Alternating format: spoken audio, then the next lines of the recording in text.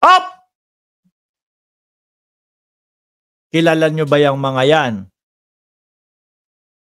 Oh. Eh may nakapagbulong sa atin. Hindi na lahat pinapatawag o hindi na lahat kumbaga, pinapadikit kay pastor, mga kababayan. May nagbulong po sa atin na yung mga OTAP vloggers daw po, hindi na po lahat pinagkakatiwalaan ni Kibuloy, mga kababayan. Kung dati, lahat ho sila, tara, mag-vlog kayo, i-vlog ninyo ako.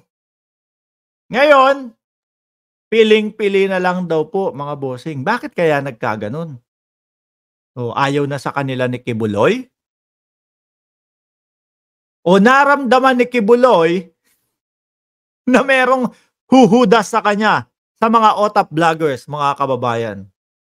Naramdaman ni Kibuloy kaya? Naku po, baka etong 10 milyon, ituro ako nitong mga OTAP vloggers. Ramdam ko pa naman na kada patawag ko parang kailangan may ganon may ganon. Pero sino pa naman po magtitiwala sa ganyan, mga kababayan? 10 milyones na yan. Tapos ramdam mo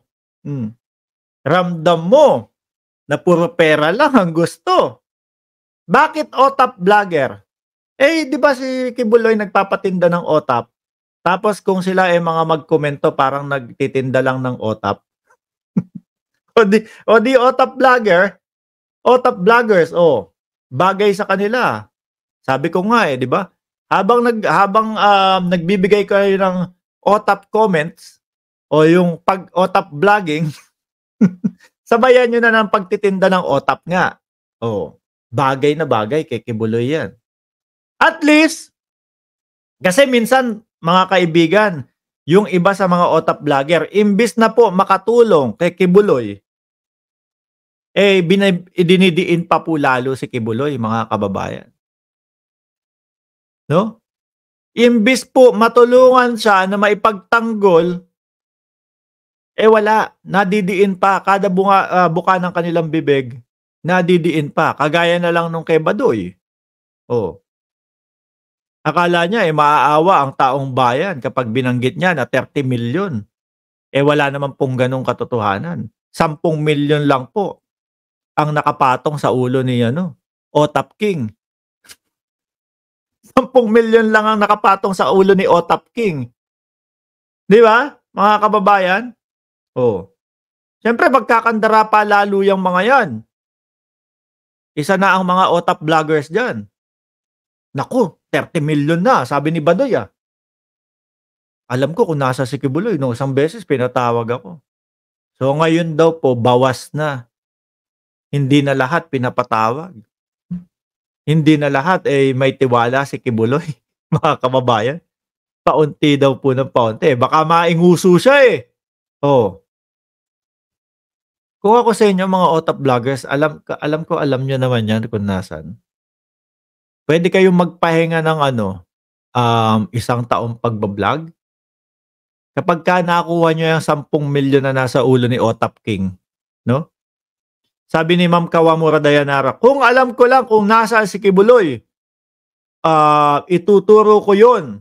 10 manok, biglang yaman. 10 milyon, biglang yaman. Nakatulong pa ako sa mga biktima. Correct.